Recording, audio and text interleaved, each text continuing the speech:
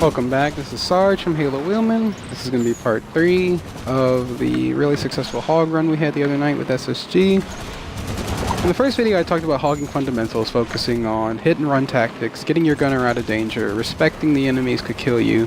The second video is more about some minute-to-minute gameplay in the early game. Here I'll talk about some of the mid to late game issues that hogs run into. One of the problems hogs run into is the prevalence of vehicles in the mid-game and late game, as well as the fact that the enemy team starts reaching higher level wrecks and can start spawning things that allow a single person to effectively take down your Warthog flat out, not just shooting off the gunner. Like, for example, I'm at Wreck 6 right now, close to Wreck 7. And the enemy team is going to be somewhere between 3 to 7 as well, predictably. Which means that they'll have access to plasma pistols and railguns. And they're going to start running a lot more ghosts. And you'll see tanks coming into play.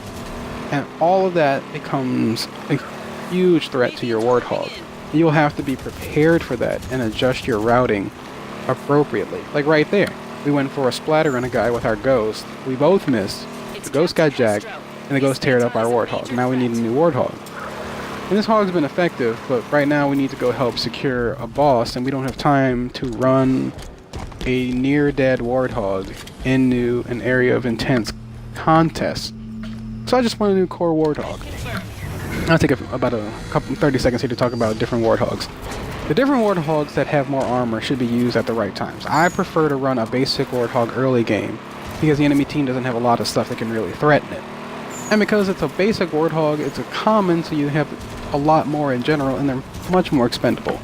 In the late to mid game, I like to run core Warthogs because they can survive a couple of vehicle assaults, and they can take a hit or two from a railgun before bursting in the flames.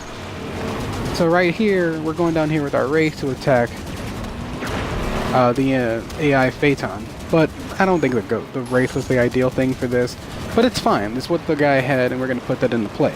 So for our Warthog here, needs to focus on enemies, but I'm going to make a mistake by having Twisted get involved with a boss, and you're going to see how quickly he can get sniped off. Like with the early bosses, you can help out a lot more because they're not as tough, but like this boss is just going to snipe Twisted off. And we should have stayed focused on what was needed. But what matters in this game a lot is not just that you make mistakes, it's how you respond to them. So I didn't see any enemies in the area in-game. Like, you see some because of the outline in theater. But because we attack this boss, he snipes Twisted right off the turret. He does not care. Now that our hog is out of the area, the enemy team is going to get that boss. But thankfully, we have enough of a lead as a cushion that it's not a huge concern.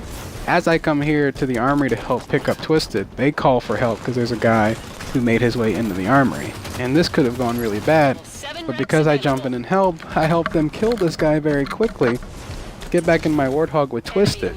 And even though the enemy gets Captain Hestro here, we are going to stop a potential collapse from happening. So this ghost was down here, it gets killed. It won't be a problem now. I didn't see any enemies in here, but as we come around the corner, Twisted calls out to me. There's 4 guys with their backs to us in this tunnel, which means an easy overkill. We back up.